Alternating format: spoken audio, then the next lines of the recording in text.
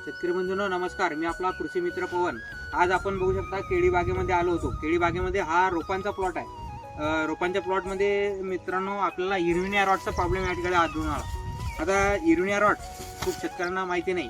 Erwinia rot, soft rot, collar rot हा याला 2-3 प्रकारची नावं असतात। मर रोग सुद्धा याला म्हणतात, रूट रॉट असे यांचे नावं असतात। मग इरविनिया रॉट हा असतो काय, तर हा कंदाच्या बागमध्ये येतो शक्यतो, पण इथं रोपांच्या बागेमध्ये सुद्धा आला। मग हा काय नवीन प्रकार, त्याचे 2-3 कारण असतात। तर कंदाच्या बागमध्ये जर आला तर आपण ज्या ठिकाणून कंद किंवा बिजोई आणतो त्या ठिकाणी जे इन्फेक्शन व्हायला असते, त्या बागेमध्ये जिथं इन्फेक्शन झालेलं असते, आपलं जेव्हा खोड काढतो, बिजोई काढतो त्यावेळेस जेव्हा बक्की वापरतात, जे सुरी वापरतात किंवा जो कोयता वापरतात, त्याचं निर्जंतुकीकरण न केल्यामुळे हा रोग त्या बागेमधून आपल्या बागेमध्ये पसरतो।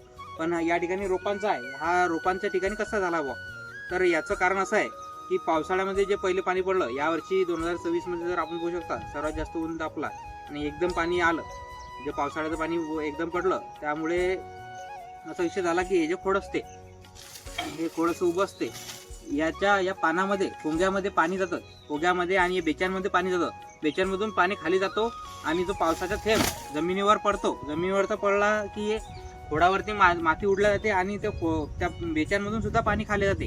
हे पाणी खाली गेल्यामध्ये तिथं एक बॅक्टेरियल इन्फेक्शन होतो। तर हा डिसीज बॅक्टेरियल डिसीज आहे, बॅक्टेरियल प्लस फंगल। तर आपला पोगा जळणं आणि पानं जळणं त्या ठिकाणी चालू होतात। अशा प्रकारे हा प्रादुर्भाव धीरे धीरे तो खाली चालू की बॅक्टेरियल डिसीज चालू होतो आणि हे कॉलर, हा जो आपण बघू शकता या ठिकाणी, हा कॉलर सडणं चालू होते, आपल्या बुंद्याची कॉलर सडणं या ठिकाणी चालू होते आणि धीरे धीरे पूर्ण झाडं, पूर्ण खालचे पानं पिवळे पडतात आणि खालचे पानं मग खाली वाळलेले दिसतात आणि पोगा पण वाढतो। या ठिकाणी बघू शकता या प्लॉटमध्ये भरपूर झाडं आम्हाला दिसले।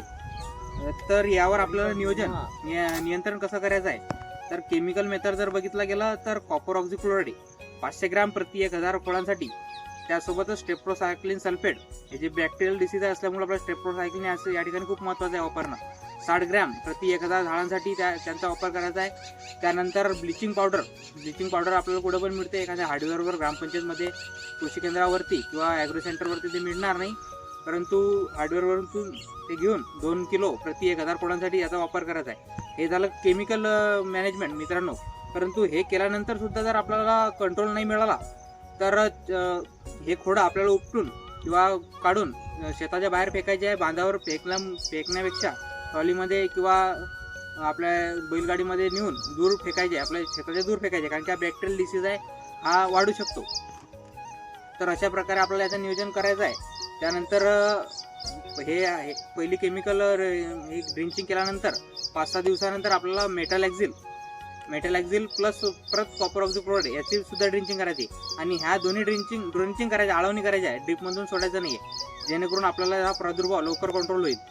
तर कशाची ड्रिंचिंग करायची मी परत एकदा सांगतो। कॉपर ऑक्झिक्लोराइड 500 ग्रॅम प्रति 1000 फळांसाठी, स्टेप्रोसायक्लिन 60 ग्रॅम प्रति 1000 फळांसाठी आणि ब्लिचिंग पावडर, जे ब्लीच पावडर म्हणता, ते 2 किलो प्रति 1000 फळांसाठी। अशा प्रकारे आपल्याला ड्रिंचिंग करायची आणि हा प्रादुर्भाव रोखण्याचा प्रयत्न करायचा आहे। आता हा प्रादुर्भाव कोणत्या हाताने होत नाही किंवा वातावरणामुळे, आता यावर्षी ऊन जास्त होतं, पाणी जे पडलं वरती, पावसाचं पाणी पडलं, त्यामुळे हा होतो। तर आपण अशा प्रकारे याच्यावर नियंत्रण करू आणि आपला केळी बाग कसा सुधरेल आणि बाकी शेतकऱ्यांना सुद्धा हे माहिती पोहोचवा। खूप शेतकऱ्यांना खोडकिडा, ह्युमिनिटीज वाटत आहे आणि भरपूर शेतकऱ्यांच्या शेतामध्ये हा प्रॉब्लेम आहे, आम्ही बघत आलो आहे। शेतकरी याला नॉर्मल घेतात, शेतकऱ्याला वाटतं मर रोग आहे, कोणी म्हणतं पनामा आहे, कोणी म्हणतं खोडकिडा आहे, कोणी म्हणतं हुमणीअळी आहे, पण अशातला हा प्रकार नसून हा इरविनिया रॉट आहे। तर सॉफ्ट रॉट असे म्हणतात, हा पाणी गेल्यामुळेच होतो।